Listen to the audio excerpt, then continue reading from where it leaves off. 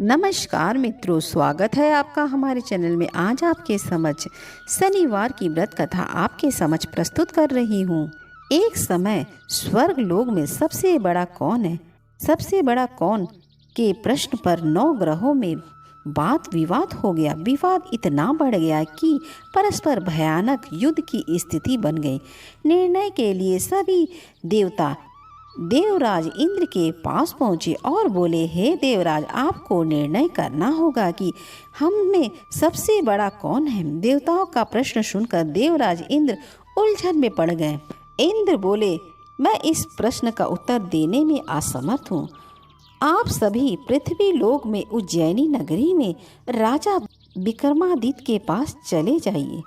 देवराज इंद्र सहित सभी ग्रह देवता उज्जैनी नगरी पहुँचे। महल में पहुंचकर जब देवताओं ने उनसे प्रश्न पूछा तो राजा विक्रमादित्य भी कुछ देर के लिए परेशान हो उठे, क्योंकि सभी देवता अपनी अपनी शक्तियों के कारण महान थे। किसी को छोटा या बड़ा कह देने में उनके क्रोध के प्रकोप से भयानक हानि पहुंच सकती थी।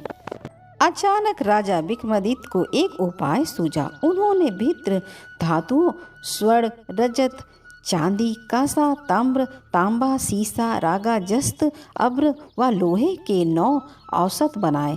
धातुओं के गुणों के अनुसार सभी आसनों को एक दूसरे के पीछे रखकर उन्होंने देवताओं को अपने अपने सिंहासन पर बैठने को कहा। देवताओं के बैठने के बाद राजा विक्रमादित्य ने कहा, आपका निर्णय तो स्वयं हो गया। जो सबसे पहले सिंहासन पर विराजमान है वही सबसे बड़ा है। राजा विक्रमादित्य के निर्णय को सुनकर शनि देवता ने सबसे पीछे आसन पर बैठने के कारण अपने आप को छोटा जानकर क्रोधित हो कहा, राजा विक्रमादित्य, तुमने मुझे सबसे पीछे बैठाकर मेरा अपमान किया है। तुम मेरी शक्तियों से परिचित नहीं हो। मैं तुम्हारा सर्वनाश कर दूंगा।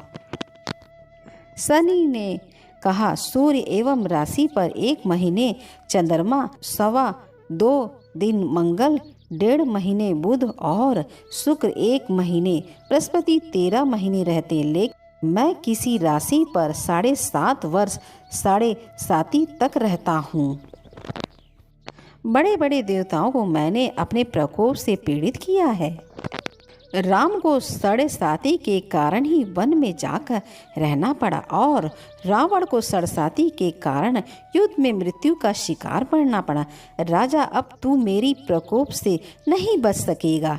इसके बाद अन्य ग्रहों देवताओं तो प्रसन्न के साथ चले गए, परंतु शनिदेव बड़े क्रोध के साथ वहां से विदा हुए। राजा विक्रमादित्य पहले ही की तरह न्याय करते रहे। उनके राज्य में सभी स्त्री पुरुष बहुत ही आनंद से जीवन यापन करते थे। कुछ दिन ऐसे ही बीत गए। उधर शनि देव अपने अपमान को भूल नहीं पा रहे थे। विक्रमादित्य से बदला लेने के लिए एक दिन शनि देव ने घोड़े के व्यापारी का रूप धारण किया और बहुत से घोड़े के साथ उज्जैनी नगरी पहुंचे।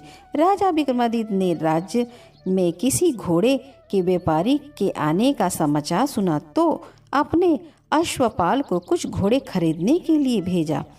घोड़े बहुत ही कीमती थे। अश्वपाल ने जब वापस लौटकर इस संबंध में बताया तो राजा विक्रमादित्य ने स्वयं आकर एक सुंदर व शक्तिशाली घोड़े को पसंद किया। घोड़े की चाल देखने के लिए राजा उस घोड़े पर सवार हुए तो वह घोड़ा बिजली की गति से दौड़ा। तेजी से दौड़ता दौड़ता घोड़ा राजा को दूर एक जंगल में ले गया और फिर राजा को वहीं गिराकर जंगल में कहीं गायब हो गया। राजा अपने नगर को लौटने के लिए जंगल में भटकने लगा, लेकिन उन्हें लौटने का कोई रास्ता नहीं मिला। राजा को भूख प्यास लग आई। बहुत घूमने पर उसने एक चरवाहा मिला। राजा ने उनसे पानी मांगा। पानी पीकर राजा ने उस चरवाहा को अपनी अंगूठी दे दी। फिर उससे रास्ता पूछकर वहां जंगल से निकल कर पास के नगर में पहुंचा। राजा ने एक सेठ की दुकान पर बैठकर कुछ देर आराम किया। उस सेठ ने राजा से बातचीत की तो राजा ने उसे बताया कि मैं उज्जैनी नगरी से आया हूँ। राजा के कुछ देर दुकान पर बैठने से सेठ जी की बहुत बिक्री हुई। सेठ ने राजा को बहुत भाग्यवान समझा और खुश होकर उसे अपने घर भोजन के लिए ले गया। सेठ के घर में सोने का एक हार खूंटी पर लटका हुआ था। राजा को उस कमरे में छोड़कर सेठ कुछ देर के लिए बाहर गया। तभी एक आश्चर्यजनक घटना घटी। राजा के देखते देखते सोने के उस हार को खूंटी निगल गई। सेठ ने कमरे में लौटकर हार को गायब देखा तो चोरी का संदेह राजा पर ही किया, क्योंकि उस कमरे में राजा ही अकेला बैठा था। सेठ ने अपने नौकरों से कहा कि इस परदेसी को रस्सी से बांधकर नगर के राजा के पास ले जाओ। राजा ने विक्रमादित्य से हार के बारे में पूछा तो उसने बताया कि उसके देखते ही देखते खूंटी ने हार को निगल गया था।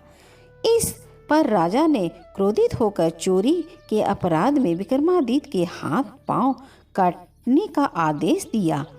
राजा विक्रमादित्य के हाथ पांव काटकर उसे नगर की सड़क पर छोड़ दिया गया। कुछ दिन बाद एक तेली उसे उठाकर अपने घर ले गया और उसे अपने कोलू पर बैठा दिया। राजा आवाज देकर बैलों को हाँकता रहा। इस तरह तेली का बैल चलता रहा और राजा को भोजन मिलता रहा। शनि के प्रकोप की 7.5 पूरी होने पर वर्षा ऋतु प्रारंभ हुई।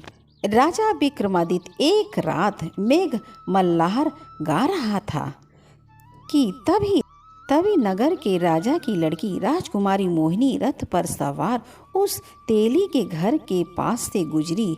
दासी को भेजकर गाने वाले को बुलवाने को कहा। दासी ने लौटकर राजकुमारी को अपंग राजा के बारे में सब कुछ बता दिया। राजकुमारी उसके मेघमल्लार से बहुत ही मोहित हुई। अत उसने सब कुछ जानकर भी अपंग राजा से विवाह करने का निश्चय कर लिया। राजकुमारी ने अपने माता पिता से जब यह बात कही तो वह हैरान रह गए। रानी ने मोहिनी को समझाया, बेटी तेरे भाग्य में तो किसी राजा की रानी होना लिखा है, फिर तू उस अपंग से विवाह करके अपने पांव पर कुल्हाड़ी क्यों मार रही है। राजकुमारी ने अपनी जिद नहीं छोड़ी। अपनी जिद पूरी करने के लिए उसने भोजन करना छोड़ दिया और प्राण त्याग करने का निश्चय कर लिया। आखिर राजा रानी को विवश होकर अपंग विक्रमादित्य से राजकुमारी का विवाह करना पड़ा। विवाह के बाद राजा विक्रमादित्य और राजकुमारी तेली के घर में रहने लगे।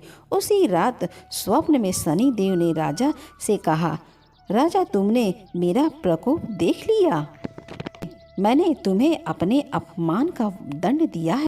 राजा ने शनि देव से क्षमा करने को कहा और प्रार्थना की, हे शनि देव, आपने जितना दुख मुझे दिया और अन्य किसी को न देना। शनि देव ने कुछ सोचकर कहा, राजा मैं तुम्हारी प्रार्थना स्वीकार करता हूँ।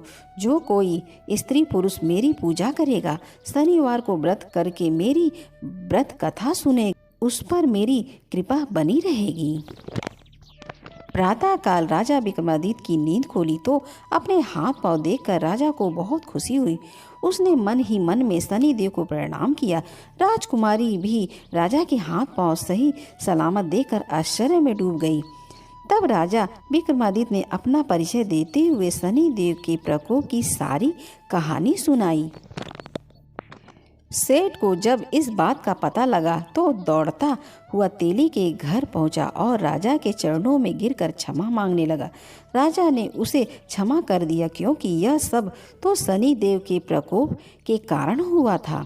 सेठ ने राजा को अपने घर ले गया और उसे भोजन कराया। भोजन करते समय वहाँ एक आश्चर्यजनक घटना घटी। सबके देखते देखते उस खूंटी ने हार उगल दिया। सेठ जी ने अपनी बेटी का विवाह भी राजा के साथ कर दिया और बहुत से स्वर्ण आभूषण धन आदि देकर राजा को विदा कर दिया। राजा विक्रमादित्य राजकुमारी मोहिनी और सेठ की बेटी के साथ उज्जैनी पहुंचे। नगर वासियों ने हर्ष से उनका स्वागत किया। अगले दिन राजा विक्रमादित्य ने पूरे शहर में घोषणा करा दी कि शनि देव सब देवताओं में श्रेष्ठ हैं। प्रत्येक स्त्री पुरुष शनिवार को उनका व्रत करे और व्रत कथा अवश्य सुने। राजा विक्रमादित्य की घोषणा से शनि देव बहुत ही प्रसन्न हुए। शनिवार का व्रत करने और व्रत कथा सुनने के कारण सभी लोगों की मनोकामनाएं पूर्ण हुई। शनि देव की कृपा से सभी लोग आनंद पूर्व रहने लगे। अगर मेरी वीडियो आपको अच्छी लगी तो हमारे चैनल को सब्सक्राइब करें।